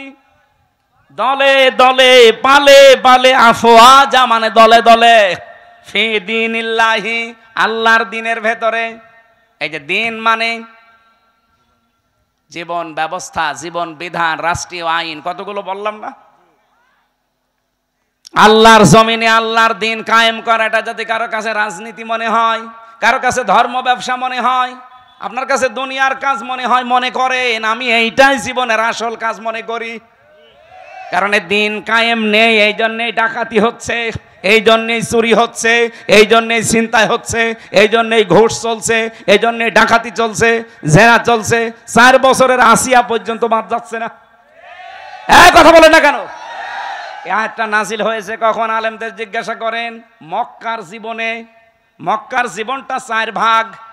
প্রথম 3 বছর কষ্ট, এরপরে আরো 5 বছর আরো কষ্ট, এরপরে আরো 3 বছর আরো কষ্ট, এরপরে আরো 2 বছর আরো কষ্ট। আপনি 4 ভাগে মিলিয়ে দেখেন ইসলামের ইতিহাস থেকে, এই 4টা ভাগ করলে নবীজির জীবনের সর্বশেষ যে পয়েন্টটা আছে সেই পয়েন্টে কিন্তু আয়াতটা নাজিল হয়। আল্লাহর নবী কষ্ট করেছিলেন সব মিলে কত বছর? 13। বলেন বলেন।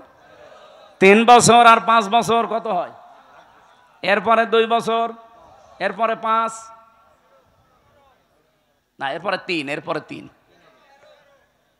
প্রথমে 3, এরপরে 5, এরপরে 2, এরপরে 3, এই 13টা বছর তিনি কষ্ট করে, এই এদিকে তাকান, 13 বছর কষ্ট করে শেষ হয়ে যায়নি।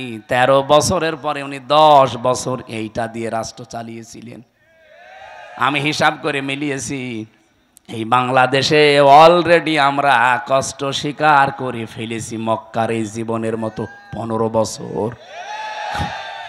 কথা বলুন, অলরেডি 15 বছর আমাদের চলে গেছে কষ্ট স্বীকার করা, মক্কার জীবনের মতোই পার করেছি।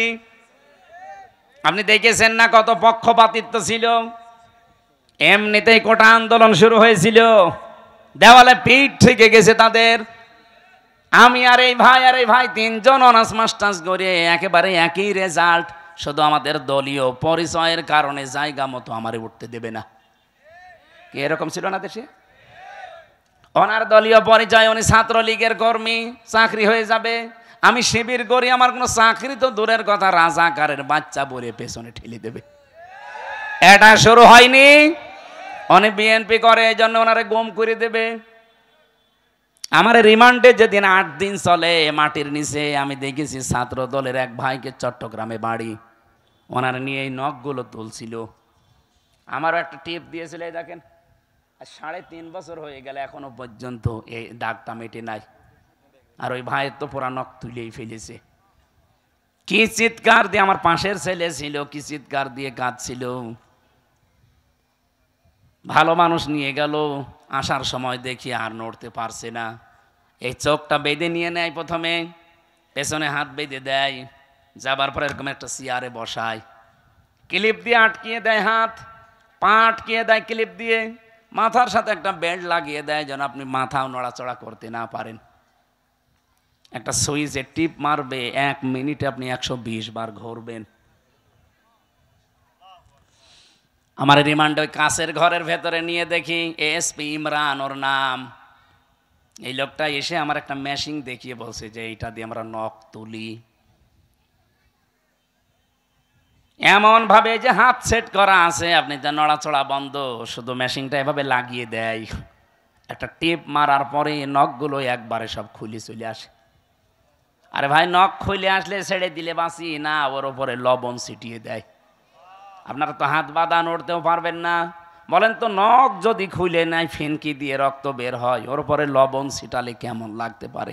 আমার এক চাপে যদি 3.5 বছরে ভালো না হয়, যার নখ পোড়া তুলে ফেলেছে, ওর কি অবস্থা? শিবিরের শফিকুল ইসলাম মাসুদ ভাই, বিশেষ করে দেলাওয়ার ভাই, আমার যে রিমান্ডে নিয়েছিল অফিসার, ওনারও দায়িত্বে ছিল, বলছে ফুটবলের মতো পিটিয়েছি, ওরে খালি লাত্তিয়েছি। ওর নাম ডিসি নজরুল ইসলাম মোল্লা, আর একজনের নাম হচ্ছে ডিসি মশিউর। আর আমার দায়িত্বে ছিল আসাদুজ্জামান, কাউন্টার টেররিজমের প্রধান, এই শয়তান গোপালগঞ্জের মাল। ওরা যদি আমি একা একা কোনো জায়গায় পাই না, মুসলমানই দিয়ে দেবো আরবার। শয়তান। দেলাওয়ার ভাইকে যে পিটিয়েছে, সে আমারও দায়িত্বে ছিল। বলছে যে তার আছে, তার গরম করে যখন আগুনে লাল টক টক করে, ওইটা ওর ননু দিয়ে ঢুকিয়েছে।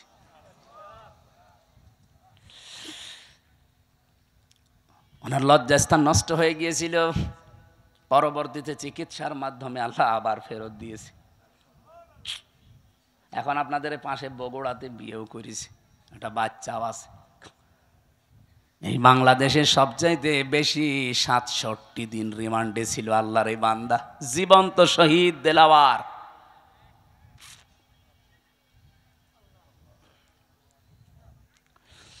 আর আজ শাহীবাসী যেটা বলতে চায় আপনাদের সামনে, ভালো করে শোনেন। নবীজির মিশন আর ভিশনের ভেতরে কিন্তু এখন আমরা আছি দিন প্রতিষ্ঠা করা, তাওহীদ প্রতিষ্ঠা করা, 2 নম্বরে মানব অধিকার প্রতিষ্ঠা করা। এটা সূরা নেসার 58 নম্বর আয়াতে পাবেন। আর এটা প্রতিষ্ঠা করার জন্য কি কি করা লাগবে আল্লাহ সেইটাও দিয়েছেন। ইন্নাল্লাহা ইয়া'মুরুকুম আন তুআদ্দুল আমানাতি ইলা আহলিহা। তোমাদের যাবতীয় আমানত আল্লাহর নির্দেশ, যত আমানত আছে সব তার প্রাপকের কাছে পৌঁছিয়ে দাও।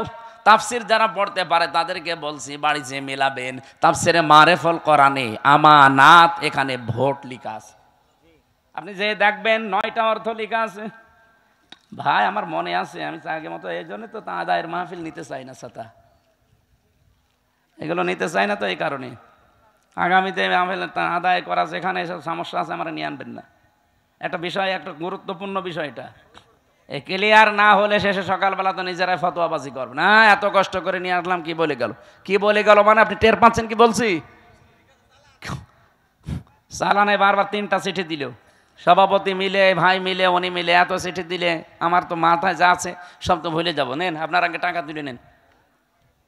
যারা যাচ্ছে ভেতরে যা যা এনেছেন এই মসজিদের উন্নয়নের জন্য চাচ্ছে, দয়া করে একটু হাত খুলে দিয়ে দেন, এরপর আমরা আরম্ভ করছি। কই লোকজন কই? হ্যাঁ, যা এনেছেন একটাও যেন বাড়ি নিয়ে যান না, ভাড়া বাদ দিয়ে সব দিয়ে যান। আর এইভাবে আলোচনা ভুলে যাই আমি। এই মেয়েদের ওপর একটা বই লিখেছিলাম জেলখানায় বসে বসে, ওরা তো লিখতেও দেয় না। ফাঁসির কন্ডেম ছেলে, বহু কষ্ট করেছিলাম। দাম্পত্য জীবনের সমস্যা এবং তার সমাধান, এটা মেয়েদেরকে পড়াবেন। 120 পৃষ্ঠা করেছি। আর এটা শিক্ষিত মানুষদের জন্য, সৃষ্টি নিয়ে, এটা সবার জন্য না। যারা শিক্ষিত মানুষ আছেন এটা নিলে কাজে লাগবে আপনার। যদি পারেন এই দুইটা নিয়েছেন, ওই গাড়িতে মনে হয় কোন জায়গায় আছে জানো। এই লোকজন কয় গো আপনাদের? কে একটা লোক তো দেখি না। আপনাদের সময়কে 15 মিনিট দেবো আমি, 2 মিনিট খালি সময়গুলো। এখন 1 ঘন্টা 1.5 ঘন্টা চলছে, আর তাড়াতাড়ি করেন। এই ওইটা চলে যাচ্ছে মানে? ও আপনি টাকা তুলবেন, তোলেন তোলেন, তাড়াতাড়ি করেন। এসে হোসাইন কই? হ্যাঁ কনে চলে গিয়েছে, এসে টাকা তোলা আমি পারি? ও সাঁতারে নিয়ে এসে লাভ কি আমার? টাকা তোলার সব দায়িত্ব আমার দেয়, আমি যেটা পারি না এটা আমার দেন কেন? এত তথ্য লিখে নিয়ে আসলাম এই আয়াত সম্পর্কে, এখনো মনে হয় 20 পৃষ্ঠা আমি লিখেছি এই আয়াত নিয়ে। এত কথা লিখে আছে, সব তো বলা লাগবে না? না না মাইক নেন, আপনার হাতে নেন। জানি না ভাই, এই টাকা তুলতে হলে হাওয়া দেওয়া লাগে। হাওয়া পাবো কোথায়? দেন আপনি হাওয়া পারলে দেন। সম্মানিত ভাইয়ের আমার, সত্যি আজকের এই আয়োজন আমাদের মোহতারাম মুফতি আমির হামজা ভাই স্যাক্রিফাইস করেছেন আমাদেরকে একটু সময়। তো আপনার মুহূর্তের মধ্যে যে আপনারা যারা ব্যাগ নিয়ে আছেন তাদের কাছে আপনারা দিয়ে দেন, যার যার কাছে যা আছে দিয়ে দেন। কারণ হচ্ছে এই আয়োজন আসলে সহজ বিষয় নয়, এই জন্য একটা গুরুত্বপূর্ণ খরচ। এরপরে মসজিদের উন্নয়ন কল্পে যেহেতু জালসা, সে কারণে আপনারা কেউ মাহরুম করবেন না। মেহেরবানি করে আপনারা সবাই আল্লাহর ঘর বাইতুল্লাহর জন্য আপনারা সবাই পকেটে হাত দিবেন এবং আপনাদের এই যে কাছে যে ব্যাগ যাচ্ছে, ব্যাগে আপনারা দিয়ে দেন, মুহূর্তের মধ্যে দিয়ে দেন। কারণ মোহতারামের তারা আলোচনার শেষ প্রান্তে এসেছেন, সুতরাং গুরুত্বপূর্ণ পয়েন্ট তিনি আপনাদের কাছে বলেই বিদায় নেবেন। এই জন্য আপনারা কেউ উঠা বসা করবেন না, কেউ চলে যাবেন না। সম্মানিত উপস্থিতি, আসলে আজকের এই আয়োজনের অনেক খরচ কর্তৃপক্ষ অনুরোধ করেছেন, সেই কারণেই মোহতারাম আপনাদের কাছে নিবেদন রেখেছেন, মুহূর্তের মধ্যে আপনারা সবাই দিয়ে দেন। আসসালামু আলাইকুম ওয়া রাহমাতুল্লাহ। একটু তাড়াতাড়ি করেন ভাই।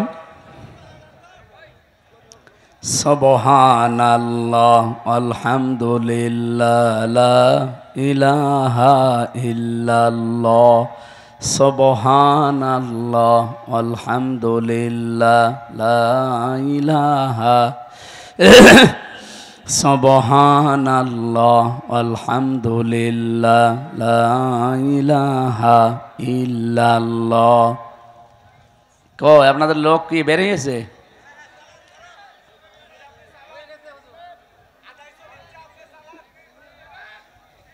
যারা ভেতরে আছেন একটু বের হয়ে যান তো ভাই, টাকা তোলা হয়ে গেলে বের হয়ে যান, জানছেন। সুবহানাল্লাহ আলহামদুলিল্লাহ লা ইলাহা ইল্লাল্লাহ, সুবহানাল্লাহ আলহামদুলিল্লাহ লা ইলাহা ইল্লাল্লাহ মুহাম্মাদুর রাসূলুল্লাহ। ওয়াইদা হাকামতুম বাইনান নাস, মানুষের ভেতরে যখন বিচার করবেন, ফায়সালা দেবেন, আন তাহকুমু বিল আদলি, যেন ন্যায় বিচার করতে পারেন।